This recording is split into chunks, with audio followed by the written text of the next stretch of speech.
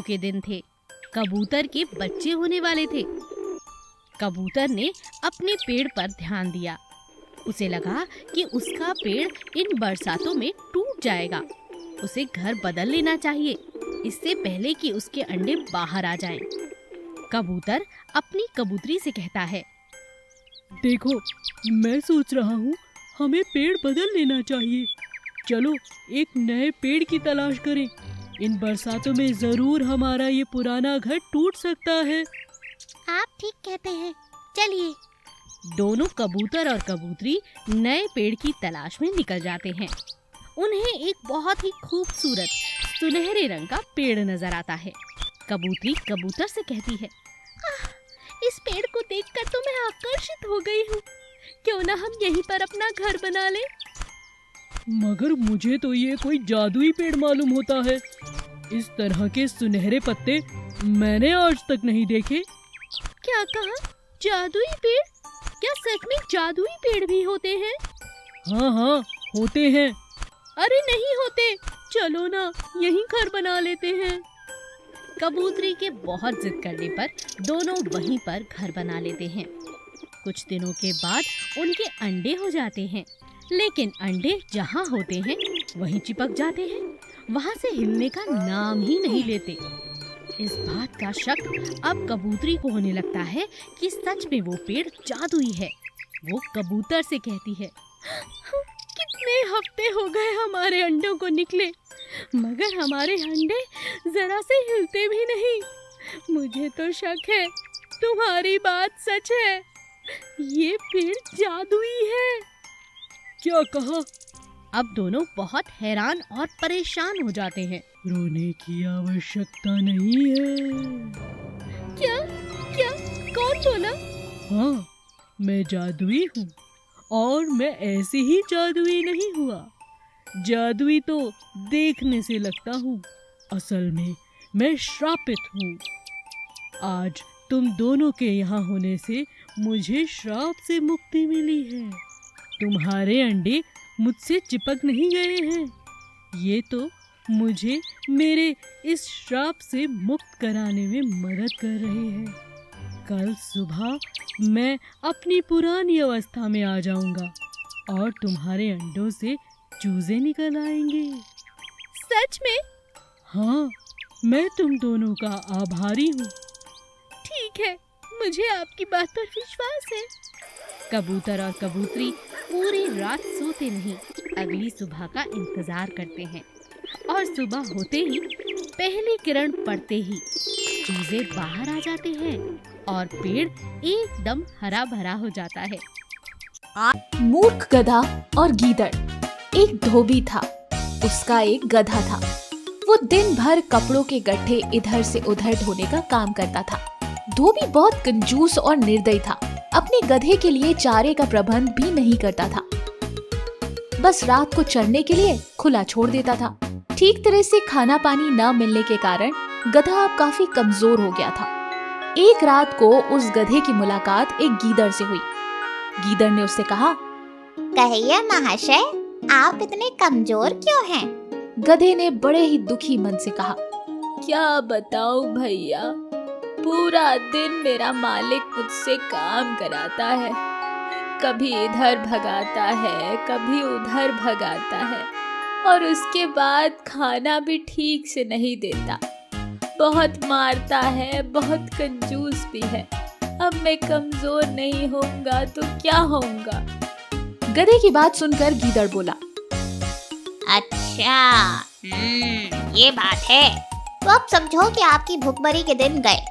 यहाँ पास में ही एक बड़ा सब्जियों का बाग है। वहाँ तरह तरह की सब्जियाँ लगी रहती है। प्याज, खीरे, गाजर, मूली, ककड़ी, तरोई और बैगन। आहा, बहार है बहार। और मैंने उस बाग में एक जगह तोड़कर बना ली है अंदर घुसने का गुप्त मार्ग। बस वहाँ से हर रात अंदर घुसकर छक्कर खाता हूँ और सेहत बना रहा हूँ। तुम भी मेरे साथ कल वहाँ चलना, भर पेट खाना खाओगे। गधा गीदड़ की बात सुनकर खुश हो गया। रात हुई तो प्लान के मुताबिक गधा और गीदड़ बाग में पहुंचे। बाग में घुसकर गधे ने महीनों के बाद पहली बार भरपेट खाना खाया। दोनों रात भर बाग में ही रहे और सुबह होने से पहले गीदड़ जंगल की ओर चला गया और गधा अपने धोबी के पास। उसके बाद वो रोज रात को इसी जगह पर मिलते, बाग में घुसते और जी भर कर खाते। धीरे धीरे गधे का शरीर भी बनने लगा था। वो अब मोटा हट्टा कट्टा हो गया था। उसके बालों में चमक आने लगी थी और चाल भी मस्त हो गई थी। वो अपने भूखमरी के दिन भूल गया था। एक रात खूब खाने के बाद गधे की तबीयत अच्छी तरह हरी हो गई। वो झूमने लगा और अपना मुंह उठाकर कान फड़फड़ाने लगा। गीदड़ ने चिंतित होकर पूछा, अरे मित्र, ये क्या कर रहे हो? तुम्हारी तबीयत तो ठीक है? गधा आंखें बंद करके मस्त स्वर में बोला, अरे मेरा दिल गाना गाने का कर रहा है। अच्छा भोजन करने के बाद गाना गाना चाहिए। सोच रहा हूँ ढेचू ढेचू का राग गाई लूं। गीदड़ ने तुरंत उसे चेतावनी दी, ना ना ना, ऐसा ना करना गधे भाई। अगर तुम गाना गाओगे तो मालिक जाग जाएगा और उसको पता चल जाएगा कि हम दोनों यहाँ आके रोज रात भरपेट उसका खाना खाते हैं। मुसीबत को न्योता मत दो। गधे ने टेढ़ी नजर से गीदड़ को देखा और बोला, अरे गीदड़ भाई, तुम जंगली के जंगली ही रहे। संगीत के बारे में तुम क्या जानो? गीदड़ ने हाथ जोड़े, मैं संगीत के बारे में कुछ नहीं जानता, केवल अपनी जान बचाना चाहता हूँ। तुम अपना बेसुरा राग अलापने की जिद छोड़ दो, उसी में हम दोनों की भलाई है। गधे ने गीदड़ की बात का बुरा मानकर हवा में दुलत्ती चलाई और शिकायत करने लगा, तुमने मेरे राग को बेसुरा कहकर मेरी बेइज्जती कर दी है।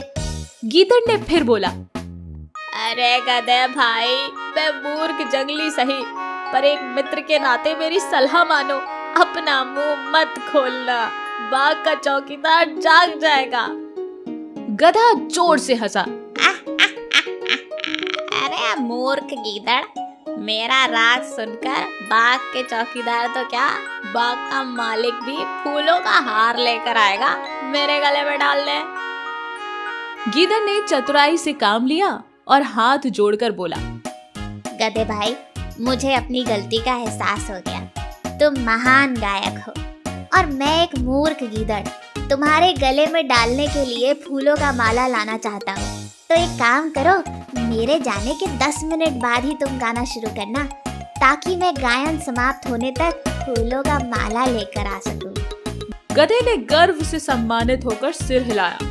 हाँ जाओ, 10 मिनट बाद गा लेंगे। सम्मान तो आज हमारा होके रहेगा।